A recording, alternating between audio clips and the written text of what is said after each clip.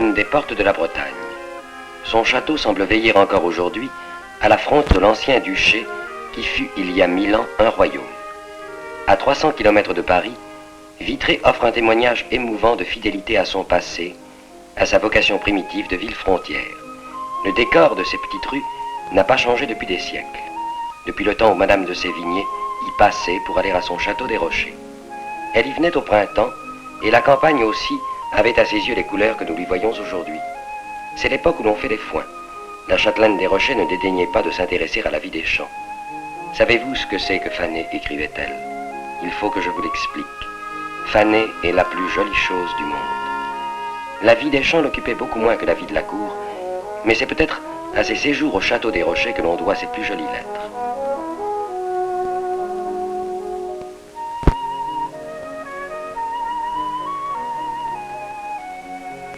J'ai trouvé ces bois d'une beauté extraordinaire. Tous les arbres que vous avez vus petits sont devenus grands et droits et beaux en perfection. Ils sont élagués et font une ombre agréable. Songez que je les ai tous plantés et que je les ai vus, comme disait M. de Montbazon de ses enfants, pas plus grands que cela. C'est ici une solitude faite exprès pour y bien rêver. Il me plaît de m'y promener le soir jusqu'à 8 heures. Mon fils n'y est plus. Cela fait un silence, une tranquillité, une solitude que je ne crois pas qu'il soit aisé de rencontrer ailleurs.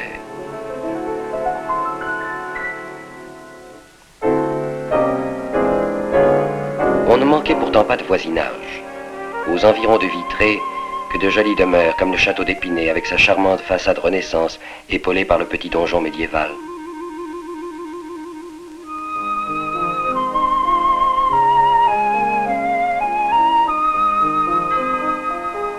Le village de Champeau dépendait de la châtellenie d'Épinay.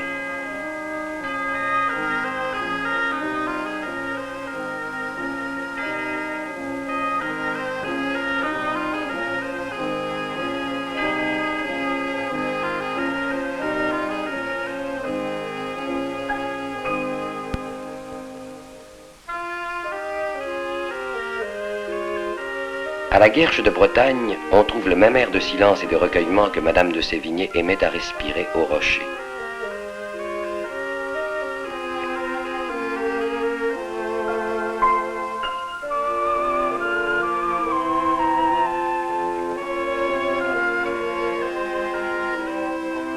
La Guerche, Rétier, Marcilly-Robert et son charmant étang nous font penser à la Belle au bois dormant, aux fées qui ont donné son nom à cette allée couverte, la Roche aux Fées. Un air de famille unit ces monuments mégalithiques à de petites églises, comme celle d'Arbrissel, près de Rétier, ou à ces maisons auxquelles s'attache encore le prestige de la vie seigneuriale. On y rendait la justice. Elles étaient les cellules d'un ordre politique qui gravitait autour de la capitale bretonne, Rennes. Construit par Salomon de Brosse il y a 300 ans, aujourd'hui palais de justice, le palais de l'ancien Parlement de Bretagne témoigne par sa magnificence du souci de cette haute assemblée d'affirmer son prestige en face d'une autorité royale à son apogée, celle de Louis XIV. Au XVIIIe siècle, Gabriel encadra le palais d'élégantes maisons à colonnes.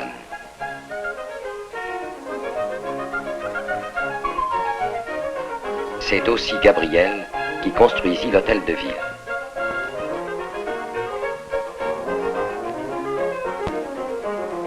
Partout dans ces vieux quartiers, Rennes conserve un air de grandeur qui est celui d'une capitale.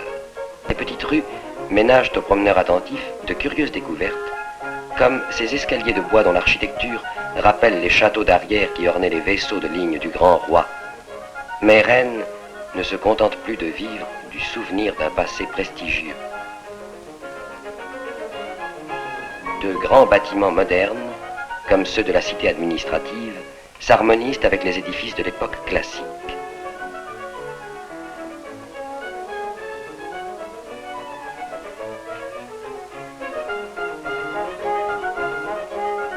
À la périphérie de la ville surgissent de grandes unités d'habitation. La ville s'ordonne autour d'un grand axe qui suit la Vilaine canalisée. Cette rivière aimable ne joue plus dans la vie de Rennes qu'un rôle effacé. À Pont-Réan, à quelques kilomètres en aval de Rennes, l'éclusier a des loisirs. Ni la rivière ni ses écluses ne sont à l'échelle des chalands modernes.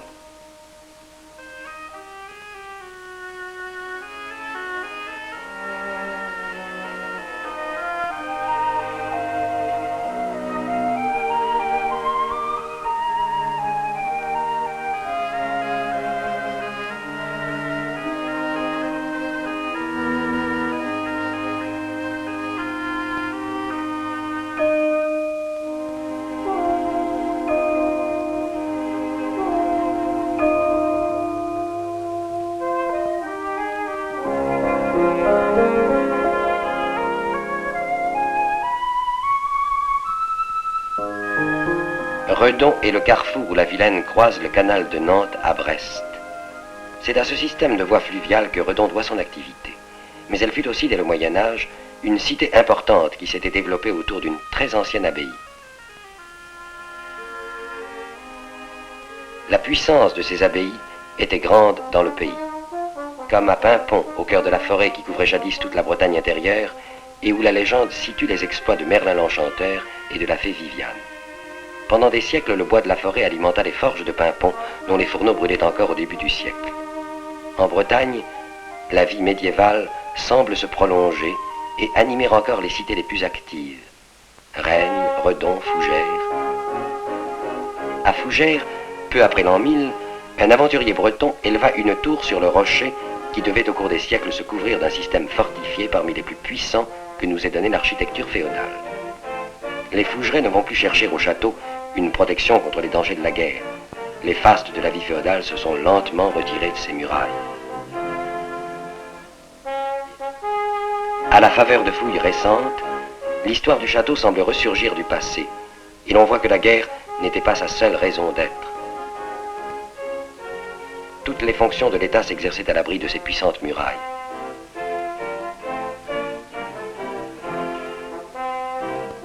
À l'arrière-plan, en bordure de cette rue qui monte vers la ville haute, les ouvriers qui bâtirent le premier donjon avaient leur demeure primitive. Population industrieuse dont la lignée s'est perpétuée jusqu'à nous. Fougères est depuis le siècle dernier un des grands centres de fabrication de la chaussure. Chaussures féminines, modèles aux coloris et aux formes infiniment diversifiées. Les vertus artisanales composent avec la précision d'un outillage moderne.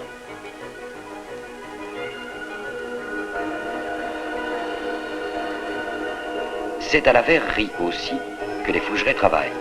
Noble métier dont la discipline n'a pas changé depuis des siècles, mais qui dans sa rigueur continue de nous étonner. Le cueilleur de verre a puisé dans le four la goutte de verre en fusion nécessaire à la fabrication d'un verre à pied. Il amorce le soufflage. Ils sont deux cueilleurs de verre dont les gestes identiques alternent suivant une cadence judicieusement mesurée.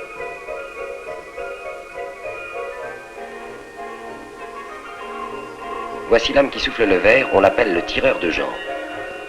Le cueilleur lui remet le verre ébauché au bout de la canne. À lui de façonner la jambe du verre qu'il ne faut pas confondre avec le pied.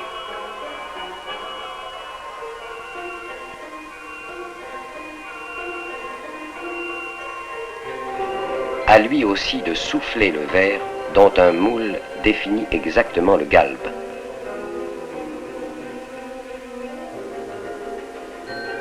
Voici le poseur de pied. Il coupe juste ce qu'il faut de verre que le cueilleur de pied lui apporte du four.